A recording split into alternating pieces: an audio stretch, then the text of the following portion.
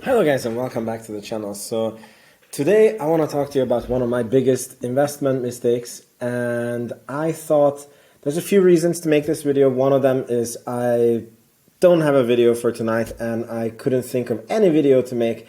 And number two is Netflix has reported its earnings and it's up 8.55%, and this is one of those companies that I had the chance and was actually legitimately looking at buying when it was in like below $170 back in 2022.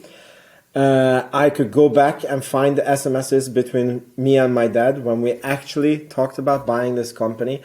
And for some reason, we sat with the thumbs up our butts and we didn't buy this company. And I feel that this is one of the biggest investment mistakes I've ever made. The other one was not buying Tesla in 2016, 2017, when I already knew about Elon Musk.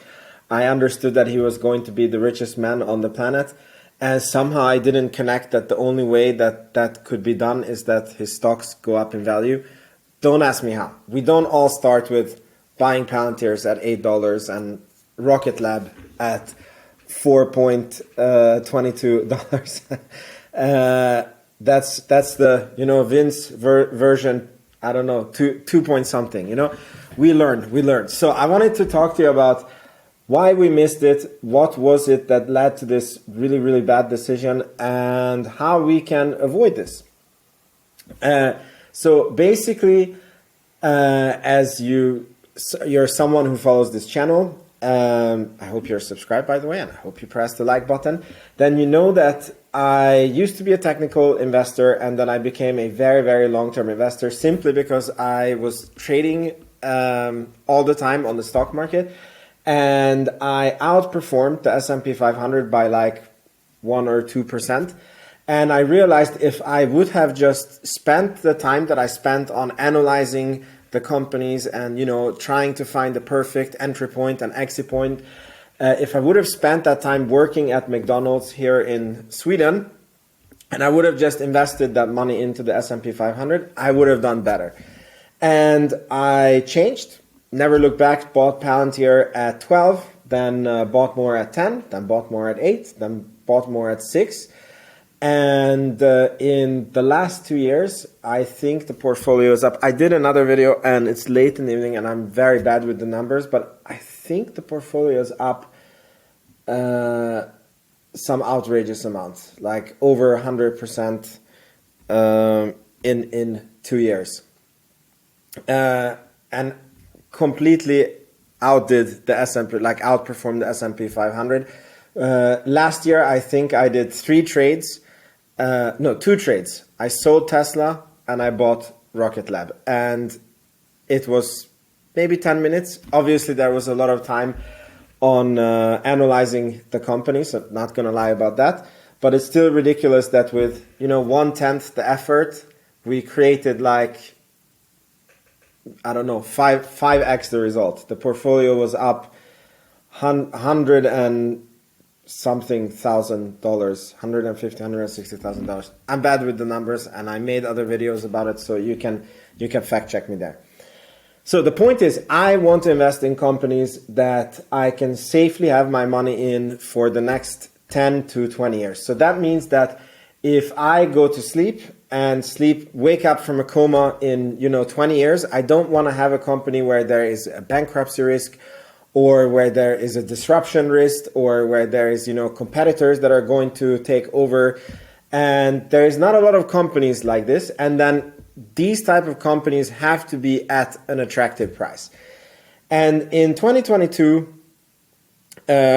like many other companies, Netflix started falling crazy. And I did an evaluation model. And for some reason, this is what makes this mistake even worse. So I had a startup with my wife that didn't succeed, that was a subscription business. And I had an insight into to how subscription businesses work. And I really understood that Netflix, because there was, as you would expect, there was a crap ton of negativity about Netflix. It was like Netflix is dying. They're not going to be able to spend enough on content. And there was so much bad narratives, right? And I understood that a subscription company has a make-break point, that because you have to pay for your content, you have to pay for your employees, you have to pay for certain things.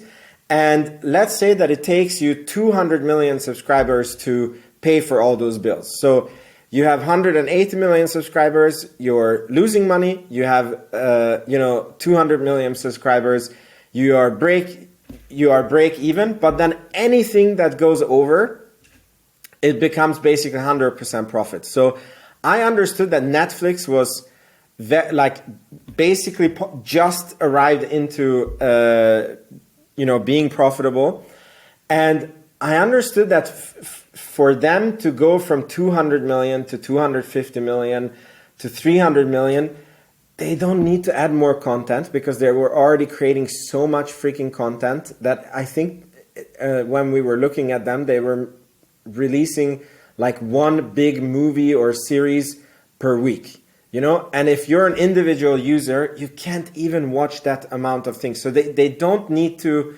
increase the number of media that they do. They just needed to increase the quality, but it doesn't really come with that much increase in spending. So I had a very good grasp of this, and I remember I was thinking, can I see cable being around in 10 years? Question mark. Okay, so no investment in cable companies for me. And I was like, what is the future? Can I see that Netflix or streaming would not be here in 10, 20 years? No.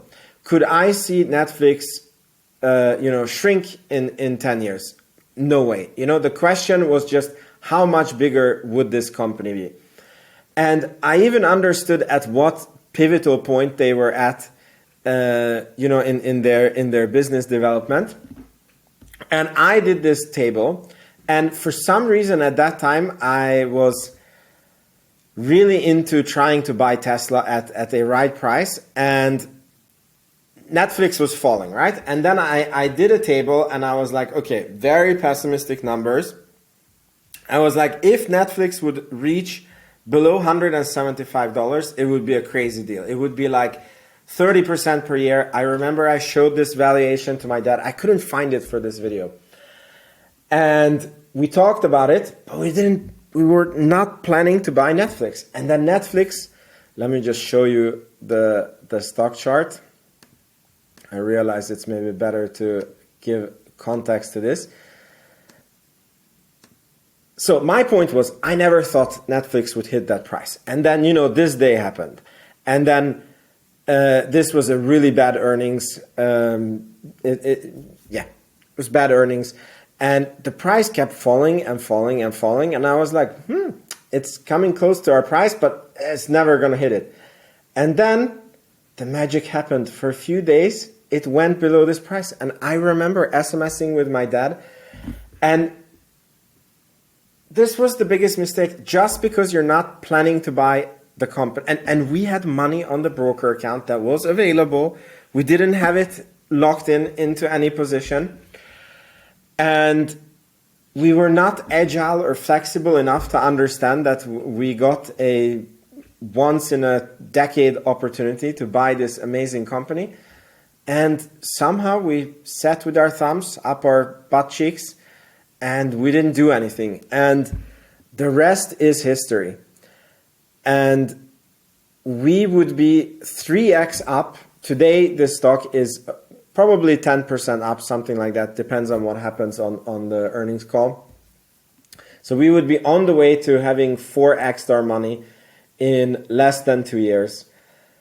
And this is painful. But I guess that this is the stock market, and one's investment journey is always going to be full of, I saw this and I didn't act on it, and it's just something that we as stock investors have to learn.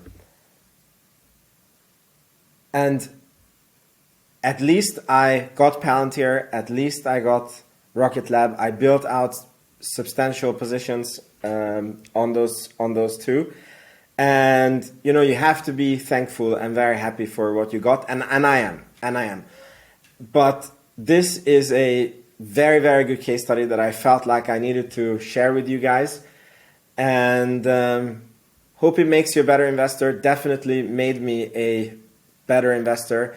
And I'm crying on the inside. Anyways, thank you so much for watching. Make sure you subscribe, and I'll see you in the next one.